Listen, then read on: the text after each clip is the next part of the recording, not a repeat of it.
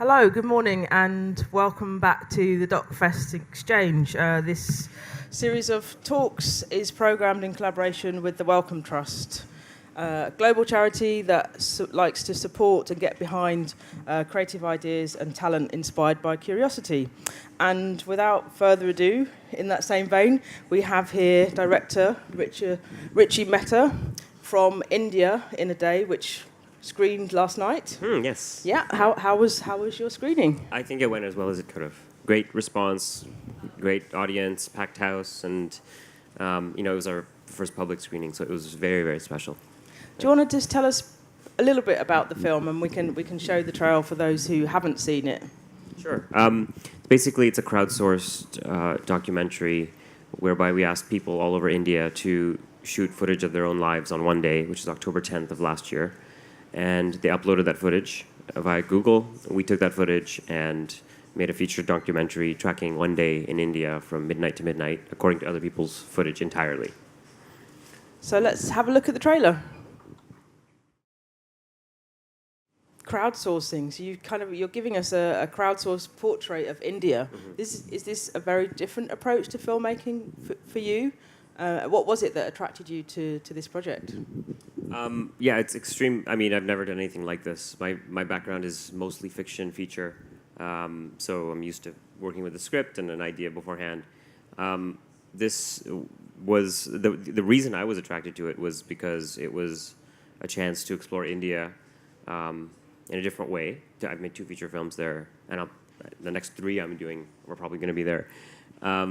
But in this way, to get kind of an honest, genuine perspective on the country from people themselves, and then just have the job essentially of curating that, honing it in, I thought was the culmination of things I've been working on for the last 15 years.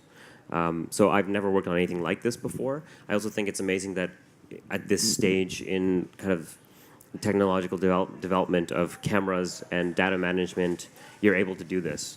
And 10 years ago, there's no way you could have done something like this.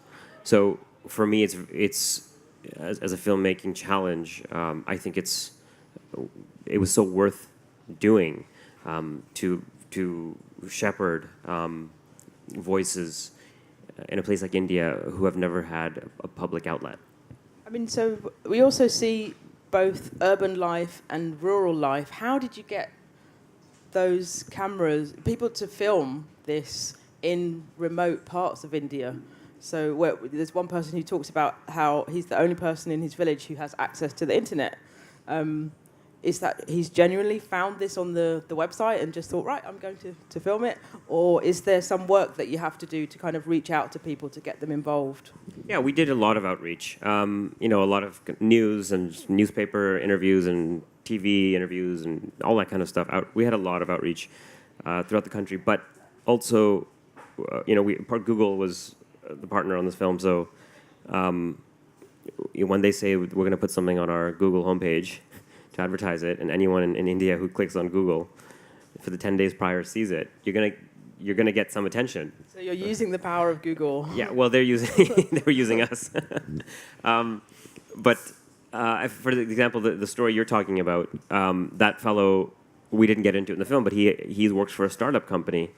He lives in a village, and he's 40 minutes from Gurgaon, which is kind of one of the tech capital of North India. And so he drives in and works on his startup company with his employees or his colleagues, and goes back to his village. So he is in a completely different world, but he still has one foot in that, so he's able to comment on it in a very unique way. And I think a lot of people in India who shot for this with their high-end cameras, I think they have one foot in the filmmaking community, if not completely, but they're from different parts of the country. So they went back to their villages with their high-end camera gear and decided to shoot their village and their home, even though they've spent last 10, 15, 20 years in a major city working. Amazing. Yeah, in the tech industry or the media industry. And then I know there have been other films. So there's a Life in a Day. Life in a Day, yeah. But also Italy. Yeah, there's Italy, Japan, Britain. Yeah. So in Britain, I shot on I think it was the 11th of November. Our film didn't make it into the project, but you still are interested to watch it and have this kind of national. Do come in and join us, have a seat. We very much still had fun participating, even though you don't make it into the final footage. Having done crowdsourced projects before myself, I don't know about you, but there's always this moment you're kind of wondering, is anybody going to send in anything? And you're kind of waiting for the first thing to come in. Can you remember that moment when you got your first clip? Well, I think the first clips came in when I was in transit from India to London. And so I think the producers were really freaked out in that time. Is everything going to come in? And then for the following days, because there was a period of a few weeks where people could upload it and get their stuff in. So I think people were worried at that point, but it started to trickle in. The thing is, dealing with a place like India, there's a lot of places in the interiors and the villages where you don't have the high-speed internet that you need to upload high-res footage, and so Google had arranged to kind of hard deliver that stuff to actually attain it and then send it over in drives, and that took a few months. So we didn't actually end up getting the bulk, the remaining footage until December. So it just kept trickling in, and we didn't know when it would end. But shortly into the process, it's closed now, right? No more. Please no. No more. When we locked picture, our team was still like, you know what? We found this amazing story about this. I'm like, no, please no. And how do you contain that there are all these different stories? I was surprised. I have to say, I'm surprised every time I watch a film like this that it's the traditional way of storytelling is that you have one kind of protagonist, and that is you follow that person's journey. Here, there are so many different voices and stories. How do you work that in the edit, that you kind of create this grand narrative as well as giving space to kind of everyone's stories or everyone's moment, if you like? I think the structure of midnight to midnight on a film like this really helps. People understand that as soon as the film begins, it's midnight on the day, and we're going to go through that. And then, shortly into it, the sun is going to rise. So there's a structure we can hold on to as an audience. And then I think people go into it understanding that everything they're seeing is coming from quote-unquote normal, regular, everyday people. And so you take that into account every time a new story begins or a new clip begins, that this is, average Joe or average Jane. And so somebody brushing their teeth, if we just have a 2-second clip of one person brushing their teeth, we never see them again. We understand what that means. But that's me. That would exactly be how I brush my teeth, although that person's brushing a little too hard on their gum line or something, So you have your own benchmark for how you do things. You measure it against what you're seeing. I don't think a lot of people were doing crazy, extraordinary things. They're doing things that we kind of all understand, but their perspective, their take, their point of view on it was very unique. And I think the contextualizing of them, the amalgamation of them together, the way they're spaced, the way they're butted against each other, the compare and contrast that we hopefully create, gives a new meaning to it. There's some great contradictions. So in one, we kind of go from rural India to a city where people are talking about, we don't have access to the internet. Cut to some young kids who are just on their phones doing sums or texting, and so there are some fantastic contradictions that really show us the diversity of a nation, and that kind of reminds us when we think about our own country just how different it is and how difficult it is to understand everyone's perspectives. I just wondered about were there any kind of awkward clips that you thought, oh, this just doesn't fit, and I don't know how I can get it in. Oh, I wish I could.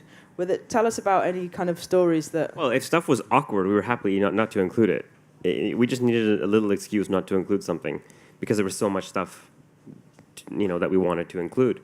So the hard part was there was some really amazing stuff that we couldn't include.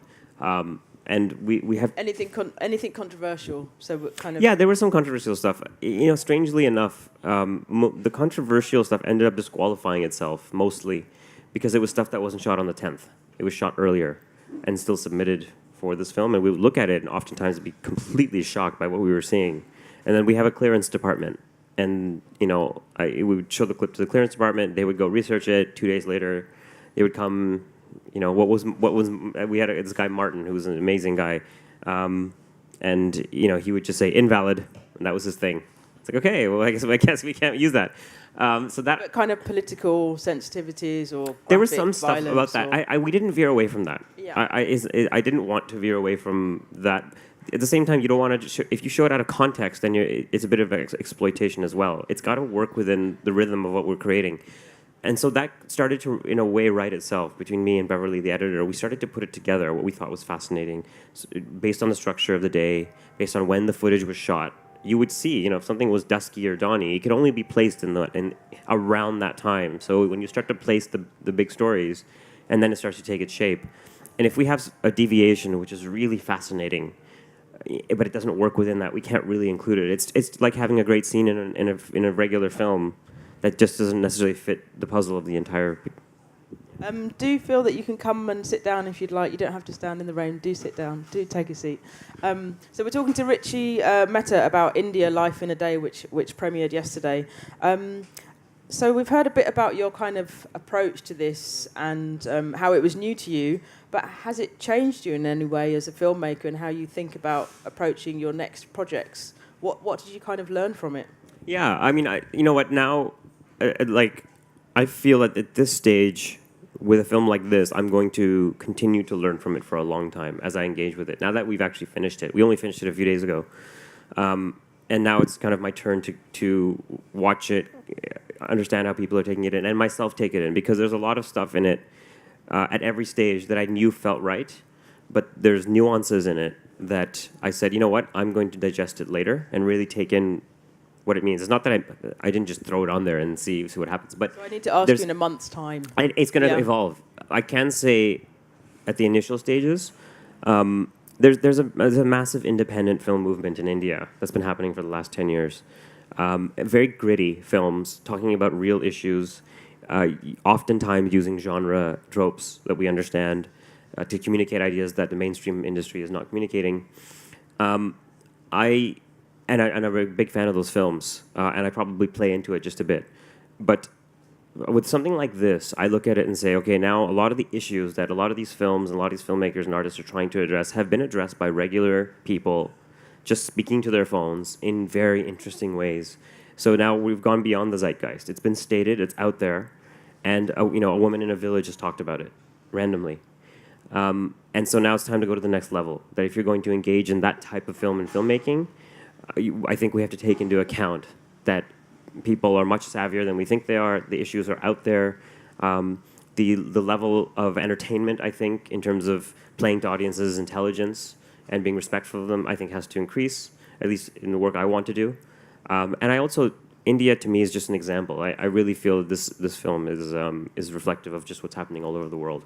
And it'd be great if people start thinking about questions. There's an opportunity to have questions, and I'll come to the audience in a minute. But I wondered about what the legacy could be. So you mentioned that there were filmmakers in India that went out and they went back to their village. I wonder if this has inspired people to make films, to go on and make films themselves and realise the power of just using a mobile phone to make a movie. A lot of the times I would see something that was submitted and say, you know what, this would probably, if we didn't exist as a project, maybe this would have been filmed and posted on Facebook or YouTube, and maybe been lost in the ether because it wasn't necessarily associated with anything. It was just a standalone thought of somebody communicating something in the cacophony of other people trying to, get something off their chest. But the fact that they have this venue to do it now, and it's being placed, amongst the tapestry of everyone else, more people are going to watch it, and that was for me that was a very special idea. But yeah, I do think it's inspired people, as you said too. I mean, we got numerous notes from people who had submitted who said, you know what, even if we don't get into the film, the adventure of doing this, just getting out and doing it has awakened something inside me of communicating. And that's, I think, in a place like India, where people are just shouting to be heard, there's it really is, in a different way, very democratic. I mean, you can just say what you feel. Might be consequences, but you just say it. And people are desperate to communicate things there, which is why I also think this film is very dramatic, because people really gave it their all. in terms of exposing themselves. A favourite moment for me was seeing a woman talking about educating daughters and how everyone needs to really think In the same way that Yeah. you would your son. Yeah. Yes, yeah. So there were people who were really trying to get across a message, but you also managed to have kind of those, as you say, those simple moments where someone's just brushing their teeth, and to have that in a film is quite a powerful thing. Yeah. So And you know what? That woman Rachna, who is from Bihar and just basically speaks to the camera, saying, "This is where I come from. I came from extreme poverty. My parents educated me, and now I think the message is we have to educate our daughters and sons in the same way." If you look at the main shot, it's framed in a really bizarre way. It's just like she called her friend and said, "Just hold the camera. I'm going to speak," against a green wall. It's the kind of thing where, from a filmmaking standpoint, we'd say pretty much everything about this is wrong. At the same time, it's completely right for what you're saying. It is so honest. And I think any audience, whether you're tech savvy or not in filmmaking language, would say that. You'd say, everything I'm saying is perfect for what this is. That's very, very special. And I hope people continue that expression. And we should say that the idea of exploring people's lives in a day through film originated from the mass observation archives down in Sussex, where people around the world can be called upon to document their days through writing letters, and do that. There'll be anthropologists who are saying, "Okay, could you focus on this?" Or here's a theme, and could you go and do that? And I know that Kevin MacDonald went and looked at the mass archive, and that kind of inspired him to come the up. Original Inception. Yeah, exactly. Yeah. And so I wondered if there's a kind of anthropological legacy of this for people that are just interested in humanity generally and how the world is changing. What happens to the archive of clips and the film beyond the screenings? Well, I mean, a film like this will be posted on YouTube, kind of, we always say for eternity, as long as YouTube exists. So the idea is that it is something available to everybody for free. It was shot for free and should be available for free. And I also think your point, I think it's actually something happening here right now. A lot of the VR stuff I've seen this week, I think one of its most profound uses can be archiving experiences. In environments and places that not everyone can get to go, for future generations to look back and say, this is how this was. Whether it's an extraordinary moment in time or an ordinary moment in time. And something like this as a crowdsourced compilation, I think, is completely appropriate in that vein as well. I know I would look back at Life in a Day or India in a Day in 50 years and say, my God, this is how people used to live. And maybe there's been no change fundamentally. I suspect there won't be. Yeah. Thank you. Have we got any questions? No? Okay, I've got another one. If you had the chance to do this again, what kind of tips would you give to yourself and other filmmakers that are thinking about crowdsourcing a film? I would say that you have to really think through your data management in post-production. It's one of those things... Even as the director? Well, yeah, because I would always say to my producers who are sitting here that the only time I would really get... my ears would perk up on all of this stuff would be when I would feel that it would affect the final product. And something like data management, which I think we did the best we possibly could, it's so important in a project like this because you need time to explore everything and it needs to be organized in a certain manner for you to organize it in your mind and actually literally organize the footage so that you can understand what you have and then make the best of it. And again, these are very tedious things, but how many clips did you get in the end? Over 16,000. Oh my goodness! And a clip can be anywhere from 2 seconds to 3 hours long. And so, like I said, was there no limit on that? No. So you didn't say to people your clip is only 1 minute. People did send. No, you can send. I mean, some people would. One person sent 700 clips. So it took a week to go through. So they've just one got a whole stuff. feature film there. Somewhere. Yeah, no, seriously. There's a lot of people who have enough to do their own feature doc. So it's kind of going in a different direction, but there could be some people who are just going, "Here's my movie, edit it." And That's exactly no, really. That happened in many cases, and we just took it and said, you know what, this itself. I mean, I could totally imagine going to Sheffield and watching a documentary about some of the characters in our. We have one guy we call Skrillex guy. I could totally see a documentary just about this guy for an hour and a half, watching him go through his day. But yeah, I think in a project like this, you really have to think through what the creatives would call tedious aspects of it, because if you don't manage it properly, you're not going to get done what you need to get done in the time allocated. Again, we were lucky; we had an amazing team, and everyone understood this. People had done it before, but.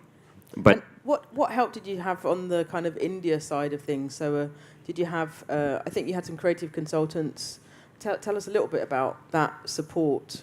Yeah, I mean, look, most of the post production of this film took place here in the United Kingdom, and so the most important aspect of the film, of getting the footage shot by Indians who or anyone actually who was just in India on October 10th. We had to just get the word out, and the creative consultants who are friends and colleagues working in the film industry in Bombay, and they were instrumental in getting the word out, in supporting us in that way, getting the media attention we needed, also giving us notes, feedback, cultural context. It's one thing for me to come in and say, this is what I think is appropriate for a film like this. Having spent massive chunks of my life in India continually, but also to ensure that, you guys are living there 24/7 as well. You're engaging with this audience day and night. What do you think about what we're doing here? And they feature in the call to action film, so absolutely. You do have other filmmakers that I remember seeing that was the message saying, "Oh my goodness, Ridley Scott." So there are features in this call to action. Yeah. But what's really important, I think, you've also got voices from India that will be known, and that people will respond to that. Yeah, and respect, and different styles of filmmakers, that do different types of things that appeal to different audiences. So that was actually kind of crucial for us to get the word out. And it's very clear, when the footage came in, people oftentimes are talking, and they say by name the creative consultant who they respect so much and they hope will see this footage. So there was a direct one-to-one relationship on sometimes who we brought on versus who actually ended up shooting. Any questions from the audience? No? What has Ridley Scott seen the film? Yes. What was his impressions? His impressions, he was very fascinated by it.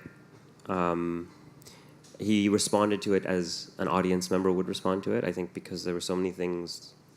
I hope there are so many things to fascinate one. So he was extremely supportive of it, and his kind of final voice of this is totally working, gave us the gratification to move on. He was extremely supportive of the whole project and continues to be. Fantastic.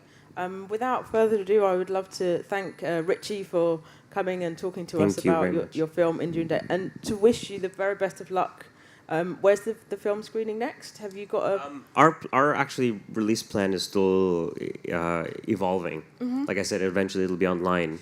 And so we're still trying to figure out, we have a release strategy in terms of India. It could be coming out this summer, later on. But otherwise, we're kind of trying to see what is the most interesting way to get it out. So we're honoured that it could come to Sheffield Doc Fest. That's fantastic. Yeah, it was very special to be here. Thank you so much. Thank you.